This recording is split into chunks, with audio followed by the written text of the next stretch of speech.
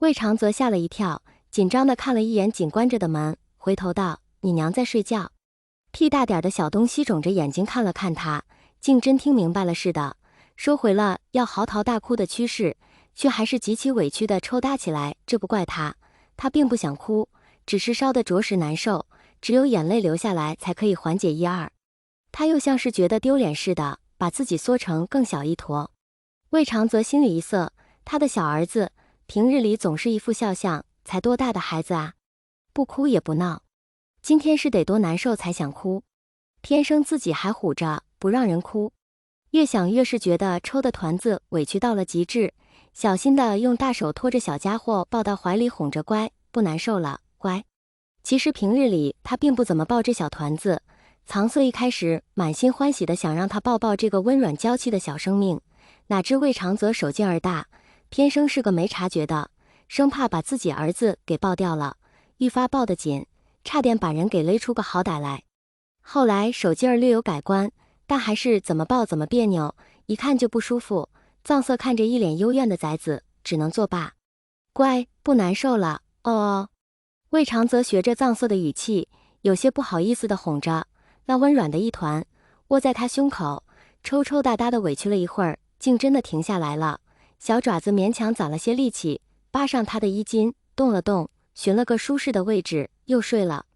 男人看着抓着他衣服的小家伙，看着他满是依赖和毫无防备的小模样，心里软得不行，连带着平日里没说出口的话也脱口而出：“阿英乖，阿爹在呢。”婴儿时期的小家伙记忆力实在不好，因为他甚至不能理解大人脱口而出的那些生僻的字句，但有时他又记住了很多东西，那些东西不是靠声音和词组合传递的，是通过流淌在身体里温热的液体和那自带软糯的乳名。他听得真切，懂得透彻。昏昏欲睡之际，那个抱着他的男人说：“阿英乖，阿爹在呢。”混沌中，他却可以清晰地记得那个人的语调。那个男人有些不好意思，似乎极少说出这种话，觉得颇为肉麻，还停顿了一下，最终还是对自己的小儿子说出了那句近似于承诺又带着安抚的话：“阿爹在呢，阿爹，阿爹。”紫衣少年哄着眼眶扎进身前男人怀里，唤着。小魏婴愣怔的时候，竟不由自主地想着：我也有阿爹，他也有阿爹，只不过不见了，大概去了很远很远的地方，只不过是不在他身边，只不过是没能把他抱在怀里。阿英。蓝忘机见小魏婴怔怔地盯了一会儿地面，竟然红了眼眶，心里一紧：阿英。小家伙一惊，猛然抬起头，才发觉自己失态，低头眨了眨眼睛，抬头笑得好看：“二哥哥。”你。蓝忘机看着他的笑，喉咙发苦，顺着小团子的背：“阿英怎么了？风，你眼睛了？”生怕他不信似的，小家伙使劲揉了揉眼睛：“你看好啦。”蓝忘机怔了怔，抿唇，一言不发地加快脚步，抱人回了静室。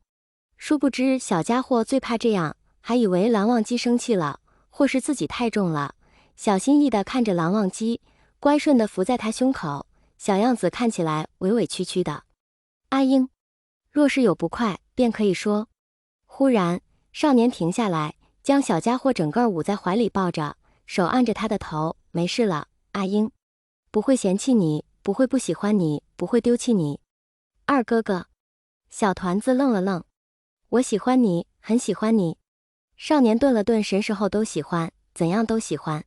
对我不必逞强，我会护着你。”傍晚夕阳已沉，秋风渐凉，小家伙愣愣地缩在少年胸口，暖和得紧。他仿佛做了很大一个决定，半晌才闷闷地说：“阿英，想阿爹了，还有阿娘。”不知是不是这两个称呼太久未与人提起，他嗓音发涩，竟不由自主的有些哽咽，听得蓝忘机心里难受，将小团子又往自己怀里揉了揉。小家伙感受到抚慰的力度，眼眶热乎乎的，忽然很想就这么哭出来。他虽最不喜欢哭，可那是他的阿爹和阿娘啊，他们一下子不见了，只留下自己，他又怎会不害怕不难过？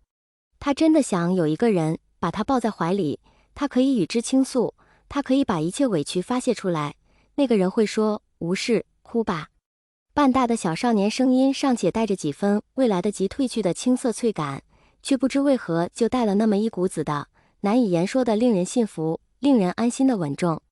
4个字沉沉地压在耳边。小团子愣了愣，想抬起头看蓝忘机的神情，一抬脸才发觉面上满是凉意。他其实早就哭了，可他自己不知道。一只手盖住他的头，暖意渗透发丝，直直接触敏感的皮肤。手指轻揉着他的头，一下一下安抚着，而自己则被对方裹在怀里，稳稳当当的。体温隔着衣料传来，暖成一团，像是一颗酸涩的茶籽掉进翻滚灼热的赤黄色糖浆中，被那黏糊糊的蜜汁热乎乎地裹了一层又一层，琥珀色的外壳闪着暖光。意料之外，竟没有自己幻想的嚎啕大哭，甚至连方才抑制不住的委屈也轻了，喉咙发干，一团火在心里烧着，就像是灰尘的云雾散开了，阳光暖融融的落到心口，不偏不倚，轻轻软软的，甜乎乎的，指一下，浑身都暖和起来了。小家伙柔软的小手被那暖流味贴得更加温热，紧巴巴地抱住蓝忘机的脖子，慢慢地把毛茸茸的小脑袋瓜子埋到人颈窝里。他不那么难过了，但他就是想把自己粘在他的二哥哥身上，一直赖下去。小孩子总是狡黠的，经过几天的相处，胆子微微大了起来。既然想，就要付出实际行动。小家伙似乎是受了极大的委屈，难过极了，声音小小的，甚至带了丝颤。二哥哥，大抵是小孩子的声音过于奶糯，听得人心都颤，只想把怀里眼泪巴叉的小奶团子揉进怀里，舍不得他有一丝一毫的差错。蓝忘机一下被这句二哥哥叫软了腿，心里就像是被黏糊糊的糯米担子砸了一下，说不出的滋味。怀中的小鬼头见抱他的人蹙起好看的眉心，淡色眼眸中掩饰不住的担忧和心疼。这种眼神也曾在梦里见过。他被狗追了一路，不慎从斜坡滚下，脚踝肿成馒头。当晚，他梦见阿爹阿娘了。阿娘把他抱在怀里，摸着他的头，阿爹一边叹气，一边揉着他的脚踝，二人眼中便是这种神色。小魏婴看呆了，这次不是梦中了。